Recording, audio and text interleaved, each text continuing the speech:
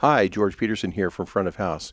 We've got a great issue for you this month, starting with our coverage of the MAVERICKS 2023 tour. This popular country, rock, Tex-Mex band has been thrilling fans since it began in 1989 and shows no signs of slowing down. Photojournalist Steve Jennings checks in with the audio crew on the 2023 tour. The push is on for upgrades in the church sound market. We visit some installs where musicality, full coverage, and vocal intelligibility are all important.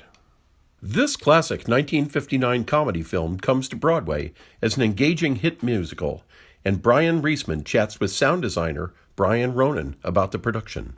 Last fall, Front of House readers voted on North America's top regional sound companies. Here are the profiles of the winners, and now it's up to you to select who will receive the Parnelli Award for Hometown Hero Sound Company of the Year. Our buyer's guide this month focuses on mid-sized line arrays. Just like Goldilocks, sometimes intermediate speaker systems with dual 8 or 10-inch woofers are just right for a large percentage of your jobs.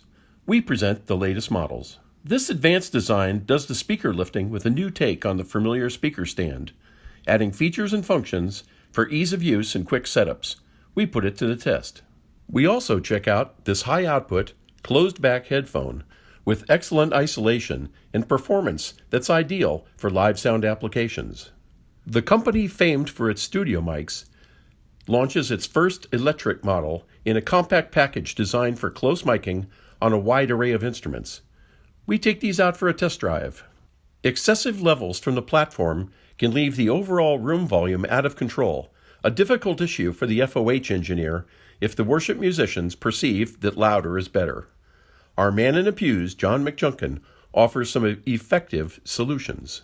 There's a lot more in this month's issue of Front of House, whether you read it online, in print, or with our way cool, free iPad edition.